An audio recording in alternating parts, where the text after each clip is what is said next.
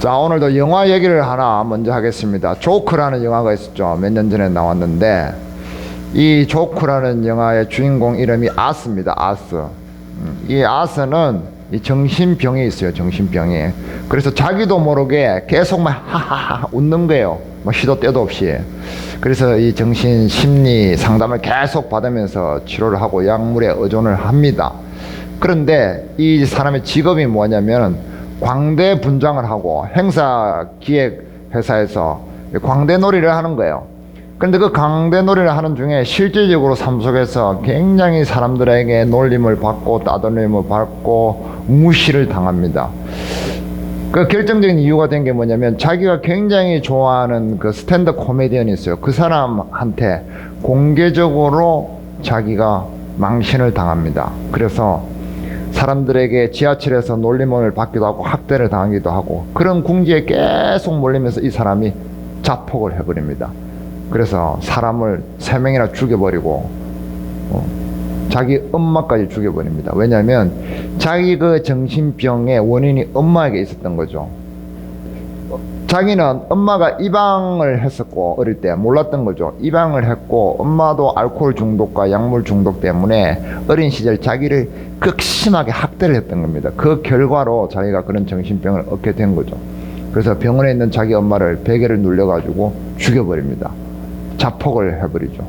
그리고 공개 방송에서 그 코미디언을 총으로 쏴버립니다. 조크라는 것은 어떤 우리 내 삶이 궁지의 코너에 몰렸을 때 사용하는 찬서, 이걸 조크라고 하죠. 그런데 이런 비극적인 조크 말고 또 하나의 조크에 대해서 저는 알고 있습니다. 그 수지 모건스턴이라는 여류 작가가 있어요. 유대계 여류 작가 할머니인데 이분이 쓴 조크라는 책이 있습니다. 아이들 학교 생활에 관한 책입니다. 노엘이라는 선생님이 계약을 하자 어떤 학교에 부임을 해옵니다. 이 선생님은 나이도 많고 머리털도 다 빠지고 안경을 이렇게 끼고 할아버지처럼 뚱뚱하고 이 초등학교 아이들에게는 너무나도 실망감을 주는 그런 외모의 선생님이 딱 온 거예요. 근데 이 선생님이 부임하는 날 아이들에게 이 조크라는 카드를 쫙 나눠줍니다. 이것은 나의 선물이다. 나는 계속해서 너희들에게 선물을 주겠다라고 얘기하면서 첫 번째 그 조크를 주는데요. 그 조크에는 뭐라고 쓰여 있느냐 하면은 완전히 아이들이 좋아할 만한 내용으로 가득 들어 있습니다. 학교 오기 싫을 때 쓰는 조크, 숙제하기 싫을 때 쓰는 조크, 수업 시간에 수업 듣기 싫을 때 쓰는 조크, 수업 시간에 밖으로 나갈 때 쓰는 조크, 수업 시간에 떠들고 싶을 때 쓰는 조크, 뭐 선생님한테 뽀뽀하고 싶을 때 쓰는 조크, 뭐 이런 것도 있어요. 그리고 엄마 말 듣기 싫을 때 쓰는 조크, 뭐 이런 아주 아이들이 평상시에 뭐 하다가 하기 싫을 때, 아이들 입장에서는 번아웃이 올 때, 그럴 때 쓰는 조크들이 막 있는 거예요. 실제로 활용을 다 해줍니다. 그런 조크를 계속해서 주는 거예요. 그래서 아이들은 이제 학교 생활이 신이 난 겁니다. 자기가 뭔가 좀 하기 싫을 때, 궁지에 몰릴 때 학교 생활에 탁 이렇게 조크를 꺼내면 되잖아요. 자, 그런 것처럼 오늘 본문에서도 다윗이 아기스라는 블레셋의 아기스라는 왕의 조크를 탁 꺼내들죠. 사울이라는 그 자기를 계속 추적하고 죽이려는 그 삶의 궁지로부터 벗어나서 블레셋이라는 아기스라는 그 조크를 탁 꺼내드는 거예요.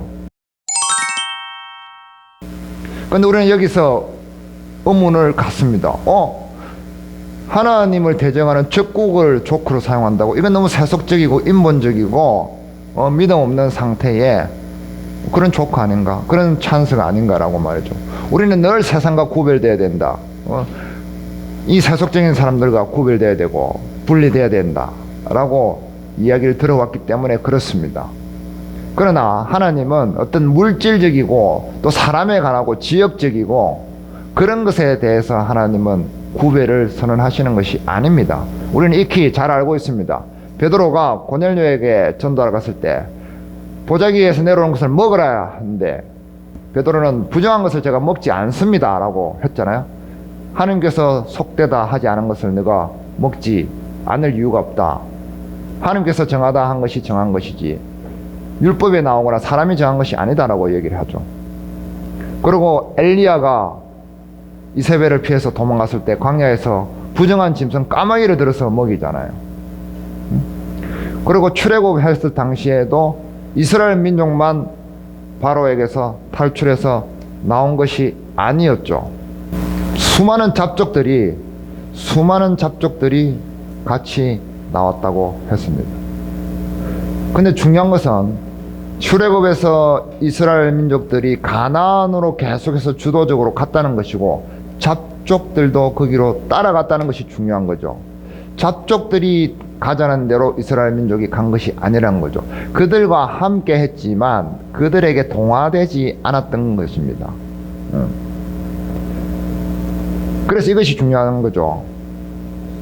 이 어떤 찬스를 쓸 때 그것이 나를 어쩌면 위험에 빠뜨릴 수도 있고 그것이 나를 유리하게 할 수도 있습니다. 우리 크리스찬들은 어떤 이 세상의 조크를 사용할 때 이것이 나에게 위험을 빠뜨릴 것인지 그러지 않은지 생각을 한번 해볼 필요가 있다는 거죠. 이 조건은 위험성을 가지고 있기 때문에 그렇습니다. 쉽지만은 않다는 얘기죠. 출애굽했을 때는 모세라는 걸출한 리더자가 있었기 때문에 가능했을지도 모릅니다. 그러나 모세가 없었을 때는 그들은 엉뚱한 짓을 쉽사리 했죠. 자, 여기도 보십시오. 6절 보십시오. 아기스가 그날에 시글락을 그에게 주었으므로 시글락을 다윗에게 준 거예요. 다윗에게 굉장히 호의를 베풉니다. 일전에도 한번 도망을 간 적이 있었죠. 아기스 왕이 간 적이 있었는데 그때는 침을 흘리면서 모면을 했잖아요. 왜냐하면 아기스 왕이 죽이려고 했기 때문에. 근데 두 번째 갔을 때는 사람들을 600명 거느리고 갔는데 굉장히 호의적으로 시글락이라는 땅을 줍니다. 이 땅은 지금 가자 지구 있죠. 전투하는데 거기에 가까운 지역인데 구릉지대예요. 그래서 목축과 농사하기에 유리한 그런 좋은 땅입니다. 그걸 주는 거예요. 호의를 베푸는 겁니다. 그런데 이 세상에서 주는 호의는 과연 우리 신앙에 도움이 되는 걸까요? 아니면 위험성을 더 많이 가지고 있을까요? 세상에서 주는 호의는 그냥 공짜가 없어요. 다 숨은 계산이 깔려 있는 겁니다. 우리가 읽었잖아요. 12절 보세요. 같이 읽겠습니다. 아기스가 다윗을 믿고 말하기를 다윗이 자기 백성 이스라엘에게 심히 미움을 받게 되었으니 그는 영원히 내 부하가 되리라고 생각하니라. 다윗을 얻고 싶은 계산이 깔려 있는 거예요. 그래서 자기 왕국을 더 튼튼히 하고 싶은 그런 계략이 있는 겁니다. 자, 사울에게 계속 쫓겨다니고 자기도 거느려야 될 사람들이 많은 사람. 우리는 내면에 항상 어떤 경제적인 두려움이 있고 미래에 대한 불안감이 있잖아요. 항상 현실에 안주하고 싶은 마음이 있어요, 없어요? 그게 굴뚝같이 있죠. 이런 상태에서 여기 눌러 앉고 싶다. 그런 마음 들까요, 안 들까요? 그거는 자연스러운 인지상정인 거예요. 뭔가 여기서 다른 생각을 한다. 내가 유다로 돌아가야지. 그런 생각 추호도 할 필요가 없는 거예요. 그리고 자기가 여기 오게 된 이유도 자의적으로 내가 가야지 한 것이 아니라 타의적으로 사울에 의해서 밀려갔단 말이에요. 그러니까 핑계도 충분하잖아요. 명분도 확실하잖아요. 하나님께 어떠한 변명도 할 수 있는 그런 조건이 딱 갖춰져 있는 겁니다. 그래서 다윗은 여기에 1년 4개월을 머물러요. 1년 4개월이 짧다면 짧지만 길다면 길잖아요. 그래서 육신의 안일함과 안주를 선택할 수 있게 될 조건이 된 겁니다. 자, 이 히브리인들은 샬롬이라는 의미를 이렇게 생각했어요. 하박국서에 대표적으로 나오죠. 무화과 나무 열매가 있고 무화과 나무 열매가 좀 있어요. 그 다음에 우리의 소와 양이 몇 마리 있어요. 그 다음에 포도원에 포도를 수확할 것이 있고 그 포도로 인해서 포도즙을 마실 수 있는 상태. 물론 전쟁이 없어야 됩니다. 그런 상태를 히브리 민족들이 생각하는 샬롬이었어요. 안녕.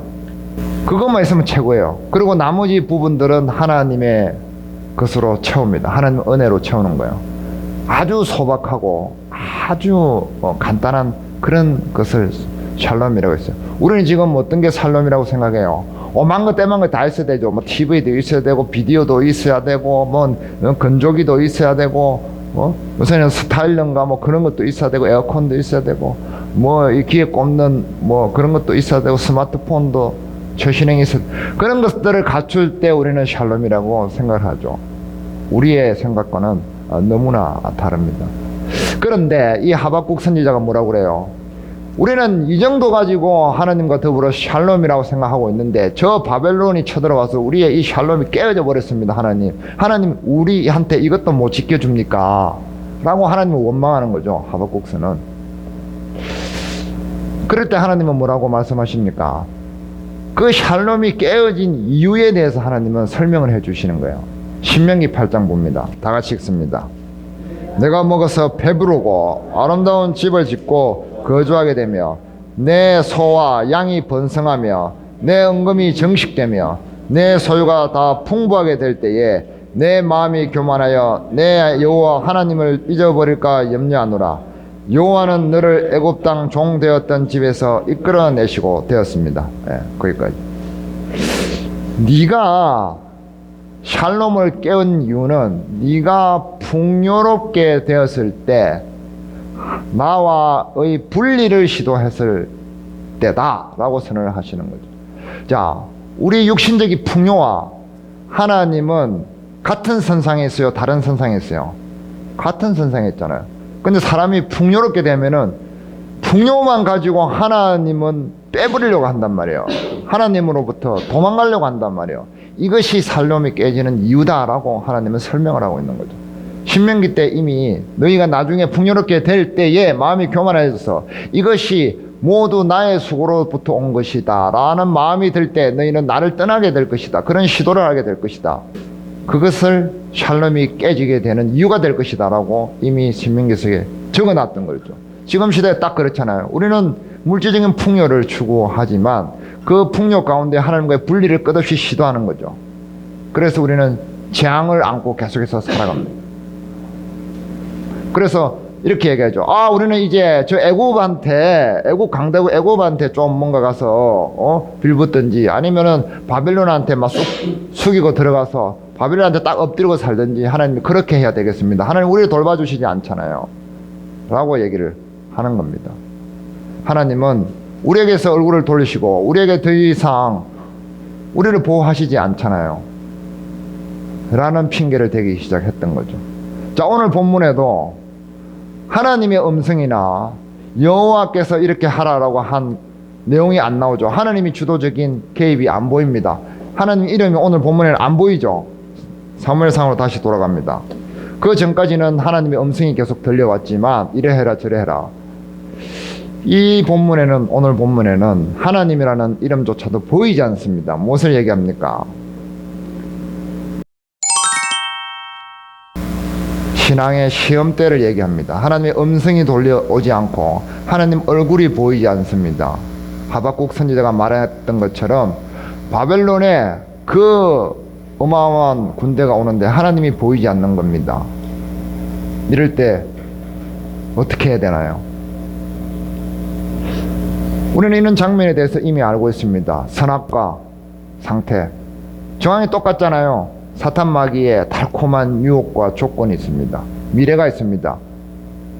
하나님 음성은 들리지 않고 하나님은 조금 떨어져 계십니다. 시험을 주는 거죠. 그리고 또 우리는 다른 이야기도 알고 있죠. 야곱이 애굽으로 내려갈 때 그때 기근이 있었습니다. 가나안 땅에. 그래서 이 기근을 피하고자 애굽으로 내려갔죠. 그때의 기근은 너무나 극심해서 총각을 다투는 것이었습니다. 당장 해결하지 않으면 내가 데리고 있는 식솔들이 모두 굶어 죽을 판이었습니다. 그래서 애굽으로 내려갔죠. 애굽에 내려갔더니 바로왕이 반갑게 맞아주고 아주 기름진 땅 고센을 땅을 주었습니다. 야곱은 안주를 택했죠. 여기가 하나님 주시는 샬롬인가 보다. 여기서 평안히 살자 라는 선택을 했습니다. 그 조커를 탁 챙겼던 거죠. 그런데 그 선택은 무엇이었습니까? 400년 동안 종살이를 하는 선택이었던 거죠. 우리는 이런 삶 속에서 이런 시험을 계속해서 우리에게 줍니다. 던져줍니다. 우리는 그 가운데 어떤 선택을 합니까? 대부분은 안주를 선택을 하고 싶어 하고 실질적으로 그렇게 선택을 합니다. 왜요? 이유는 충분하고 명분도 충분하니까요. 하나님은 우리에게 항상 조금 더 멀리 있는 것 같습니다. 나와 연결되어 있지 않는 마음이 들 때가 많습니다. 막연할 때도 많이 있습니다. 그래서 나는 내 나름대로 내 식탁을 풍성하게 하기 위해서 무화과로 채우고 포도를 끝없이 얻기 위해서 내가 수고를 합니다. 우리는 내 가족이나 내 가까운 사람을 돕고 싶어하는 마음이 있습니다. 그들을 위해서 내가 수고하고 싶어합니다. 그러나 그렇게 하다 보면은 샬롬이 오는 것이 아니라 혼밥을 하는 신세가 되죠, 결국에는. 자, 다윗은 그런데 사뭇 다른 선택을 합니다. 여기서 8절 봅니다. 다 같이 읽습니다. 다윗과 그의 사람들이 올라가서 그술 사람과 기르서 사람과 아멜렉 사람을 진노하였으니 그들은 옛적부터 술과 애굽 땅으로 지나가는 지방의 주민이라. 이 출애굽할 때 이 이스라엘 민족들을 그렇게도 괴롭혔던 사람들, 이 민족들을 가까이 있게 되자 다윗은 잊지 않고 약 1000년 전에 자기 민족을 괴롭혔던 사람들, 하나님은 대적했던 무리에 대해서 싹쓸이를 나서게 됩니다. 자기의 출발이 어떠했는지, 자기의 종말이 어떠한지에 대한 생각이 있는 거예요, 다윗은. 내가 왜 지금 이 아기사한테 와 있는지 그 이유에 대해서 생각을 했던 사람이죠. 철학적인 용어로 아포케라는 이 라틴어가 있는데 이건 무슨 뜻이냐면 멈춤이라는 뜻이에요. 잠깐 내가 왜 여기 있지? 생각하는 시간인 거예요. 잠깐 나 괜찮나? 이런 생각을 하는 거예요. 아포케를 했던 겁니다. 내가 왜 여기 있지? 시편 39편을 봅니다. 다 같이 읽습니다. 여호와여 나의 종말과 연한이 언제까지인지 알게 하사 내가 나의 연약함을 알게 하소서. 주께서 나의 날을 한 뼘 길이만큼 되게 하심에 나의 일생이 주 앞에는 없는 것 같사오니 사람은 그가 든든히 서 있는 때에도 진실로 모두가 헛사뿐이니이다. 진실로 각 사람은 그림자같이 다니고 헛된 일로 소란하며 재물을 쌓아나 누가 거둘는지 알지 못하나이다. 7절도 함께 있습니다. 주여 이제 내가 무엇을 바라리요 나의 소망은 주께 있나이다. 아멘. 내 시작이 어떠했고 내 종말이 어떠한지에 대해서 개념이 있는 사람이래 이 말이에요. 우리는 과정만 자꾸 집중을 하기 때문에 자꾸 나를 잃어버려요. 내가 어디에 있는지, 지금 무엇을 해야 되는지. 지금 괜찮으면 앞으로도 괜찮을 거라고 생각해. 절대 그렇지 않죠. 지금 당장만 해결하려고 한단 말이에요. 그거는 굉장히 동물적인 감각이란 말이에요. 다윗은 그것을 잊지 않았던 거죠. 이 민족들이 어떠한 민족인지, 이 민족들이 계속해서 놔뒀을 때 어떠한 상황이 될지에 대해서 개념을 가지고 있었고, 이 신앙의 시험대에서 오히려 도전을 하고 비전을 가지는 그런 선택을 했던 거죠. 그래서 다윗은 믿음의 조상이 된 겁니다. 이 헬라어로 믿음이라는 단어는 피스티스라고 해요. 피스티스. 무슨 뜻이냐면은 신실하다라는 뜻을 가지고 있어요. 우리는 믿음이라는 것은 어떤 것을 깨닫는 상태를 이야기하는데 그것이 아니라 어떤 신뢰를 바탕으로 해서 지속적으로 행동하는 것을 신실하다고 얘기하는 거예요. 그래서 믿음이라는 것은 행동이에요. 행동. 어떤 걸 깨닫고 이제 알았다 이런 난리지가 아니라는 거예요. 그래서 철로 역장에 보면은 이 순례자가 천성을 향해서 가잖아요. 그런데 거기에 세 종류의 마귀가 나옵니다. 마귀. 아폴리온이라는 뜻은 파괴자라는 뜻이에요. 우리가 하나님께로 가는 길을 자꾸 억누르고 힘으로 누르는 세력이 있는 거예요. 그 다음에 또 뭐 있어요? 벨리알이 있습니다. 벨리알은 타락이라는 뜻이에요. 세상의 어떤 재미와 유혹, 쾌락 이런 걸 줘가지고 우리가 하나님께 가지 못하도록 우리를 타락시키려고 합니다. 그 다음 비엘세부, 이것은 시험하는 겁니다. 이런 것처럼 시험대를 딱 놓고 세상적인 어떤 논리와 그리고 하나님께 대한 향해 가는 그런 지도를 놓고 우리를 안주하게 만들고 붙들어 놓고 시험하게 만드는 거예요. 이런 마귀들이 나오잖아요. 근데 순례자는 그런 걸림돌을 다 제거하고 계속 가잖아요. 이 가는 상태, 이것이 믿음이라는 거예요. 가는 상태. 천성을 향해서 계속 가는 거예요. 이것을 믿음이라는 거예요. 다윗은 우리에게 그것을 보여주고 있는 겁니다. 이런 시험이 있을 때 메뚜기처럼 넘어서 나를 거기에 안주시키지 않는 상태. 내 삶 속에서 하나님을 자꾸 끼워 넣으려고 하는 의지. 이 아기스나는 이런 별로 좋지 않은 그런 상황에 있지만은 하나님의 신앙을, 하나님께 더 가까이 가는 시도를 자기 삶 속에 끼워 넣었잖아요. 끼워 넣어야 되는 거예요. 신앙이라는 것은 거대 담론이 아니에요. 교회에서 거창하게 행사하고, 거창하게 도와주고, 거창하게 집회하고, 이런 것이 아니란 말이에요. 내 삶 속에서 하나님이 틈틈이 일하면서 기도하고, 일하면서 묵상하고, 일하면서 말씀 읽고, 일하면서 전도하고, 내 삶 속에 계속 하나님을 끼워 넣으려는 의지와 시도, 습관, 그것이 믿음이라는 거죠. 우리 신앙의 본질이라는 겁니다. 그냥 살 때는 내 마음대로, 내 방식대로 살고, 또 교회 와서는 교회 방식대로 살고, 또 집회할 때는 집회하는 대로 살고, 그런 것이 아니라는 거. 그런 구별을 가지면 안 된다는 거. 우리는 항상 시험대에 서 있습니다. 그럴 때 그 시험대 속에서 하나님을 끼워 넣으려고 하는, 하나님과 서로 다 하려고 하는 그런 시도, 의지, 그것이 중요한 거죠. 칼 구스타프 융이라는 심리학자도 그런 말을 했어요. 의식이 곧 힘이다. 그 사람이 행동하고 힘을 발휘하는 것은 의식에서 나온다. 의식이라고 했어요. 의지적 의식. 하나님의 나라의 안에서 하나님의 뜻과 이성을 계속 다하려고 하는 의지, 그 의지를 가지고 사는 그 자체가 샬롬이라는 거죠. 그게 진정한 샬롬이라고 우리가 얘기할 수 있습니다. 아까 조크라는 책에서 노엘 선생님이 나온다고 그랬죠. 그게 교장 선생님도 나와요. 페리 교장 선생님. 이 페리 교장 선생님은 남편이 죽고 나이가 좀 든 중년 여성분입니다. 그래서 이분은 이제 자포자기하고 회의적으로 세상을 살아갑니다. 그래서 아이들에게 어떤 교육적인 방식도 시도하지 않고 안일주의에 빠집니다. 아무 일도 없기만을 바라면서 그렇게 살아가죠. 그래서 새로운 시도를 계속해서 하는, 아이들에게 선물을 주고 계속 조크를 주고 하는 그 노엘 선생님을 계속 싫어합니다. 그래서 이 교장 선생님은 그렇게 살아가기 때문에 아이들에게나 학교에 아무 일도 일어나지 않습니다. 아무것도 하지 않기 때문이죠. 그러나 노엘 선생님은 부임해서 쫓겨날 때까지, 결국 쫓겨나거든요. 쫓겨날 때까지 아이들에게 계속 카드를 주고 선물을 나눠줍니다. 카드도 주고 놀거리도 주고 학습법도 새로 개발해서 주고 시설도 주고 먹을 것도 주고 학용품도 주고 계속 아이들에게 접촉을 하면 선물을 주는 것을 끊이지 않습니다. 그 결과 나중에 아이들이 필요 없는 조커가 있게 됐어요. 그 조커가 무엇이냐면 학교 가기 싫을 때 쓰는 조커. 그것은 더 이상 필요가 없어집니다.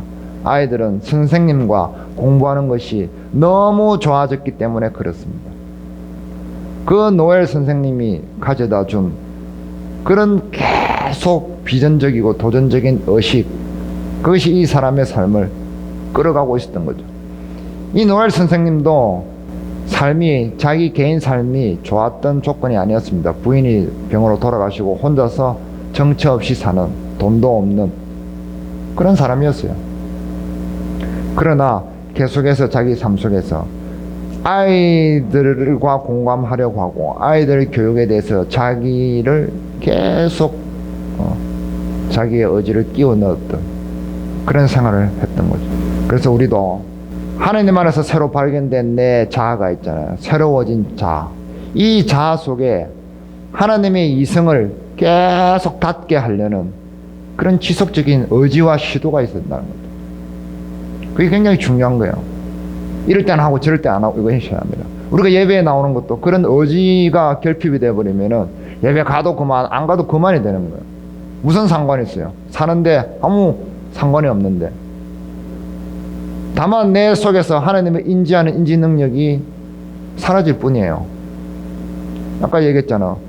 식탁에 먹을 거리는 얻기 위해서 내가 뼈 빠지게 수고를 하지만, 그러나 그러는 가운데 같이 밥 먹을 사람들은 사라지는 거예요. 우리의 노력은 나의 혼밥을 위한 목적이 되어버린 겁니다. 혼밥을 위해서 열심히 살아온 겁니다. 60년. 그것이 우리의 삶의 성적표가 되어버리는 거예요. 소설을 살다라는 소설책이 있어요. 소설책이 아니라 수필집 같은 건데 이승우라는 이 소설가가 적은 겁니다. 소설을 살다. 우리 삶이 소설 같고 또 소설이 우리의 삶 같다. 이런 내용이에요. 이 중에 자기 이제 수기를 적었는데 자기는 어릴 때 매생이국이 아주 많은 곳에서 자란 거예요. 그래서 어릴 때 매생이국을 엄청나게 많이 먹은 겁니다.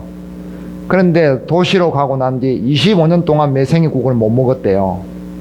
그런데 왜 또 안 먹은 이유도 있는 거예요. 자기 고향에서 먹어야만 그 매생이국 맛이 나기 때문에 이 객지 생활할 때는 매생이국을 먹고 싶은 마음이 없었던 거예요. 그래서 그가 이런 표현을, 이런 글귀를 적었는데요. 나는 고집스럽게도 고향에 가서 매생이국을 먹어야만 매생이국 먹는 것 같다.